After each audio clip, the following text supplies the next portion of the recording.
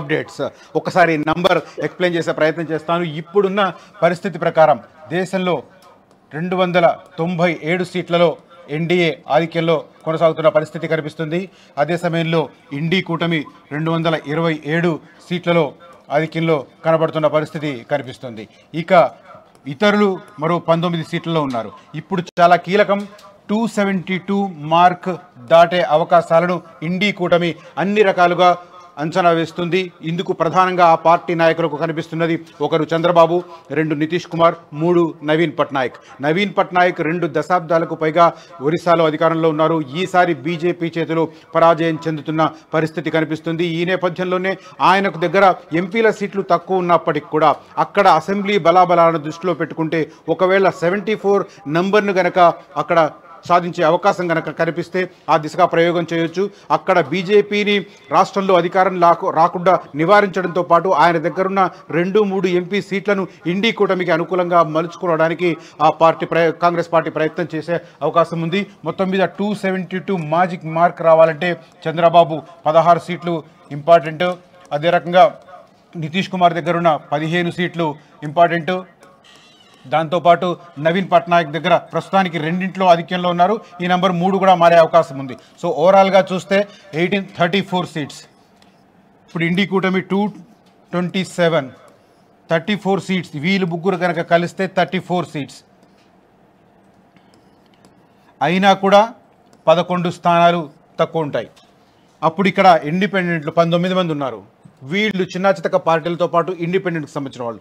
వీళ్ళల్లో కనుక ఈ 11 మంది ఏమన్నా ఇటువైపు రాగలిగితే అప్పుడు కాంగ్రెస్ పార్టీ అనుకున్న లక్ష్యాన్ని, రాజకీయ లక్ష్యాన్ని చేరుకునే అవకాశం ఉంటుంది.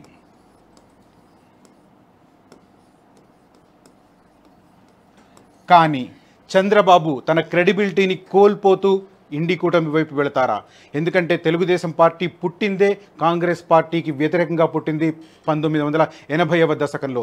ఎన్టీఆర్ ఉన్నంతకాలం కాంగ్రెస్ పార్టీని ఒక ప్రత్యర్థిగానే చూశారు. చంద్రబాబు కూడా 1995లో టీడీపీ పగ్గాలు చేపట్టిన నాటి నుంచి మొన్నటి 2019 ఎన్నికల దాకా కాంగ్రెస్ పార్టీని ఒక రాజకీయ ప్రత్యర్థిగానే చూశారు. కానీ 2019లో మొట్టమొదటిసారి ఆయన కాంగ్రెస్ పార్టీకి దగ్గరయ్యారు.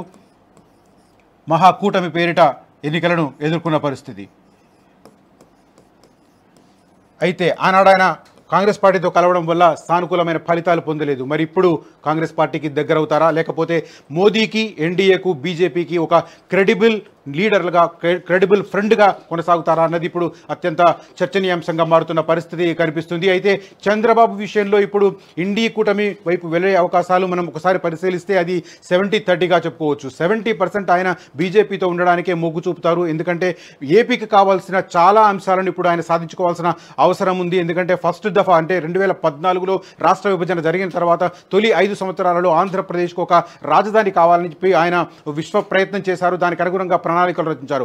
అవన్నీ ఒక కార్యరూపం దాలుస్తున్న సమయంలో 2019 ఎన్నికలు వచ్చాయి. అనూహ్యంగా ఆయన ఓటమి పాలయ్యారు. ఆ తర్వాత ఆంధ్రప్రదేశ్కు రాజధాని లేని రాష్ట్రంగా ఒక పేరు వచ్చిన పరిస్థితి, ఒక మచ్చ వచ్చిన పరిస్థితి. ఈ నేపథ్యంలో అక్కడ రాజధాని రూపకల్పన జరగాలి. అదే రకంగా గత 5 సంవత్సరాలలో ఆంధ్రప్రదేశ్ కోల్పోయిన దాన్ని మళ్ళీ ఆయన తిరిగి సంపాదించాలి. అది కాంగ్రెస్ పార్టీ సారథ్యంలోని ఇండీ కూటమిలో ఉంటే సాధ్యమవుతుందా, లేకపోతే బీజేపీ సారథ్యంలోని ఎన్డీఏ కూటమిలో ఉంటే సాధ్యమవుతుందా? ఇలాంటి అంశాలను బేరీజు వేసుకోవడంలో అపర చాణక్యుడిగా పేరున్న చంద్రబాబు ఖచ్చితంగా సరైన నిర్ణయం తీసుకుంటారన్న ఆశాభావం వ్యక్తమవుతుంది. ఇవాళ రేపట్లో దీనికి సంబంధించి కీలకమైన డెవలప్మెంట్స్ జరగబోతున్నాయి. ఎందుకంటే కాంగ్రెస్ పార్టీ వ్యూహకర్త కేసీ వేణుగోపాల్ రంగంలోకి దిగారు. అదే రకంగా కురువృద్ధ నేత శరద్ పవార్ కూడా చంద్రబాబు టచ్లోకి వచ్చారు. ఇంకొక వైపు కర్ణాటకలో చాలా కీలకమైన నేత deputy CM Shivakumar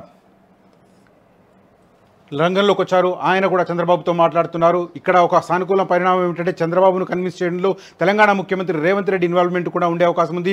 DK Shivakumar, Revanth Reddy అత్యంత సన్నిహితులు. డీకే శివకుమార్ కనుక ఒక రాజకీయ వ్యూహాన్ని రచిస్తే చంద్రబాబుకు ఎంతో కొంత సన్నిహితుడిగా పేరున్న రేవంత్ రెడ్డిని కూడా వినియోగించుకునే అవకాశం ఉంది. ఇవన్నీ మనకు రేపు ఎల్లుండి జరగబోయే డెవలప్మెంట్స్లో భాగంగా చెప్పుకోవచ్చు. కానీ ఇప్పటికిప్పుడు అందుతున్న సమాచారం ప్రకారం చంద్రబాబు నాయుడు మోదీ ఫోన్ చేసినప్పుడు ఆయనకు క్లియర్ కట్గా ఎన్డీఏతోనే కొనసాగుతున్నాను, అదే అలయన్స్లో కొనసాగుతానని చెప్పి హామీ ఇచ్చినట్టుగా బీజేపీ వర్గాలు చెప్తున్నాయి.